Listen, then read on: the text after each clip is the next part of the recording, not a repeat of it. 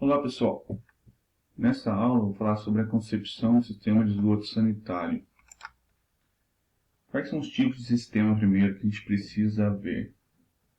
Existem três tipos principais, que é o sistema unitário, onde as águas residuárias domésticas e industriais e águas de infiltração e pluviais estão todas misturadas. É um sistema, quando surgiu o sistema de coleta de esgoto, é um sistema arcaico, antigo. Já o sistema separador parcial, somente parte das águas pluviais entra no sistema, aquela que é coletada na edificação. Então a edificação tem um sistema que vai coletar em caixas que coleta e joga na rede de esgoto. Mas hoje em dia o que é usado, o que é muito difundido, é o sistema separador absoluto. Sistema totalmente independente da água da chuva, água pluvial, águas residuárias, tá? Então, os sistemas não têm interligação, o sistema mais eficiente. Por que ele tem sua eficiência? Por exemplo, nesse gráfico, você tem aqui uma vazão na ordenada e na abscissa você tem um tempo em dia. Você tem uma cota com um valor aqui de filtração que entra no sistema. E essa curva azul, tá, é a sua vazão de esgoto no período seco. Se fosse injetada água pluvial dentro do sistema de esgoto, no momento da chuva sofreria um pico, esse pico de vazão exagerado para comportar, né, toda a vazão necessária, num muito curto período de tempo, de alguns minutos, e para comportar uma vazão, e aqui está a adição da chuva. Então, um sistema comum para comportar essa vazão exagerada não é simplesmente uma tubulação de 100 milímetros numa economia, ou 150, 200. Seria galeria de fora a fora num trecho de uma rua. Galeria, que você tem toda uma estrutura de alvenaria, estrutura de escoramento. E seria um sistema muito caro. Então é interessante sim você separar água de chuva de água de esgoto, porque você consegue ter uma tubulação bem menor. Porque qual é a desvantagem então lá do sistema unitário? Prejuízo no tratamento, porque eu tenho um volume muito maior para ser tratado, água de chuva e água de esgoto. Muito maior investimento, tanto no tratamento quanto na coleta, galeria em toda a extensão. Um funcionamento inadequado em vias não pavimentadas. Se não tem pavimento, muito sedimento entra no sistema, então acaba havendo entupimento. E dispêndio de tempo também para manutenção, para o transporte desse fluido. Então, qual que é a vantagem do sistema separador absoluto? Menor investimento, ou seja, menor quantidade de tubulação, como também redução da tubulação de grande diâmetro. Flexibilidade na execução das obras. Então, se eu tenho um problema só no sistema de esgoto, eu sei onde ele está localizado, então eu faço manutenção só nele e não interfiro nos outros. E não há necessidade de pavimentar as ruas. Então, a rua pavimentada você pode passar a tubulação a coletor de esgoto sem problema algum, porque esse sedimento não entra no sistema. Aqui só alguns exemplos de umas redes coletoras, um sistema unitário, um em Tóquio em 1884, quando foi feito, em Osaka em 1573.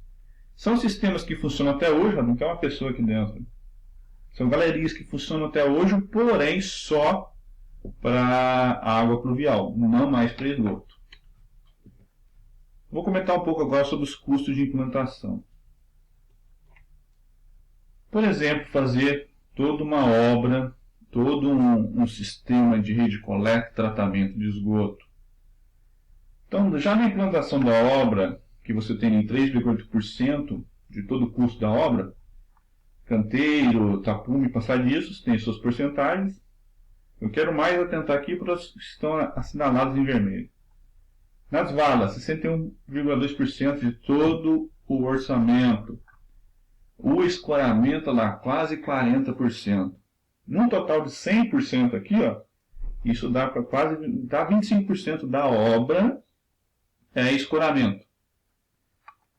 Já quando são assentamentos de tubulações, todos os itens que eu tenho aqui dentro, entre transporte e cadastro, o posto de visita é o mais caro. Vários postos de visitas, né? Isso vai aumentar ainda mais o custo da obra.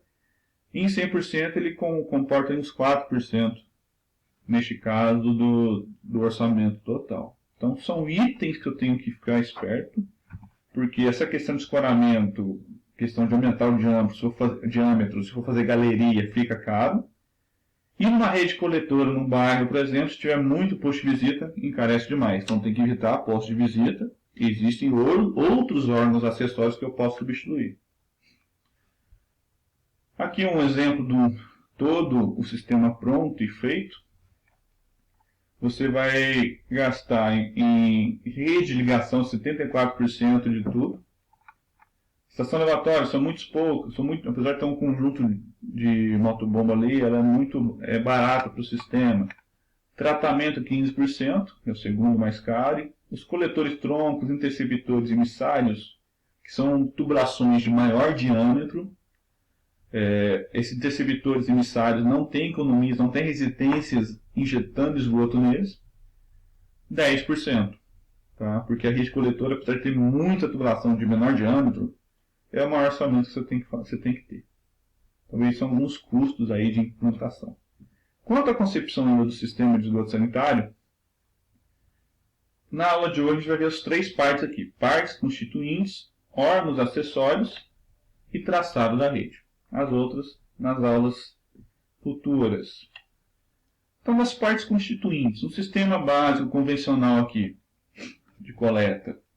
Então, a gente tem os coletores secundários, onde as economias injetam esgoto nesses coletores. E esses coletores secundários de menor diâmetro injetam esgoto no coletor primário, no diâmetro um pouco maior. Então você tem muito mais coletores secundários do que os primários, né, que coletam esses esgotos. Esses coletores primários injetam esgoto no interceptor, que é uma tubulação de maior diâmetro, que vai levar até a ET. Nenhuma economia injeta esgoto no interceptor. Depois do tratamento, você tem, por exemplo, uma estação elevatória, que pode haver algum desnível que você precisa levar esse esgoto. Então, vou ter um conjunto de bomba ali. E aqui você tem um emissário, que é o que leva o esgoto até o receptor d'água. Tá? Esse por isso é chamado emissário. Existem também chamados emissários submarinos, né? Então, a rede coletora... Estou voltando, desculpa. Rede coletora, interceptor, estação de tratamento, estação lavatória e emissário. Quanto ao regime hidráulico do escoamento, pode ser em condutos livres. Condutos livres, rede coletora, é tudo conduto livre. Então, você tem tantos por cento é lâmina d'água, geralmente 75% ou 50%, e o resto é ar que tem dentro da tubulação.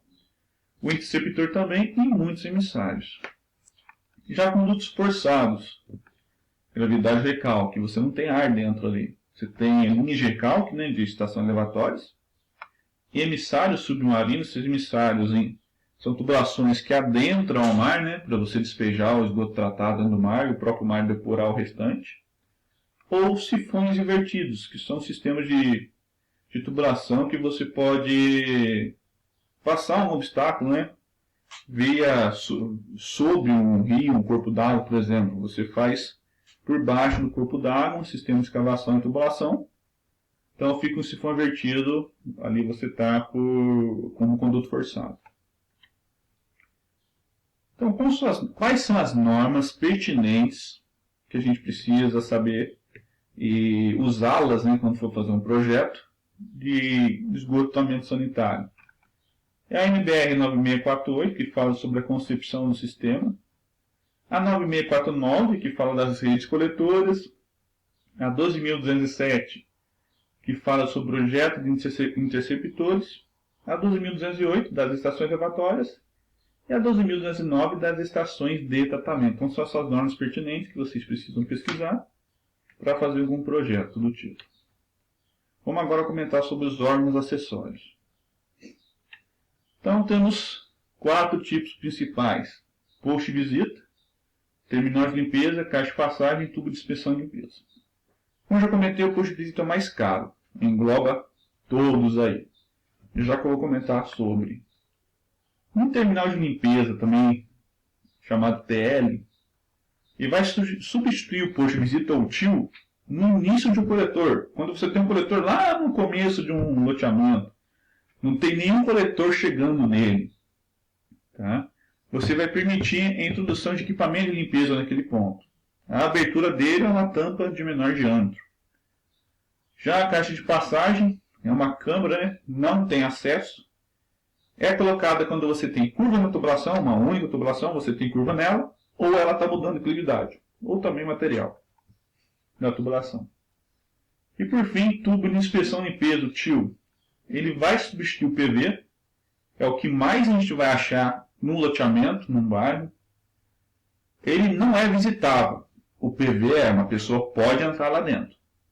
Mas ele permite a introdução de equipamento de limpeza dentro da tubulação. Então vamos lá. Início de coletores, eu coloco o TL, que é o terminal de limpeza. Mudança de direção, mudança de inclividade e material, qualquer um deles, eu vou colocar simplesmente um CP, se eu quiser. A Sabesp, na região de São Paulo, ela parou de usar os caixas de passagem.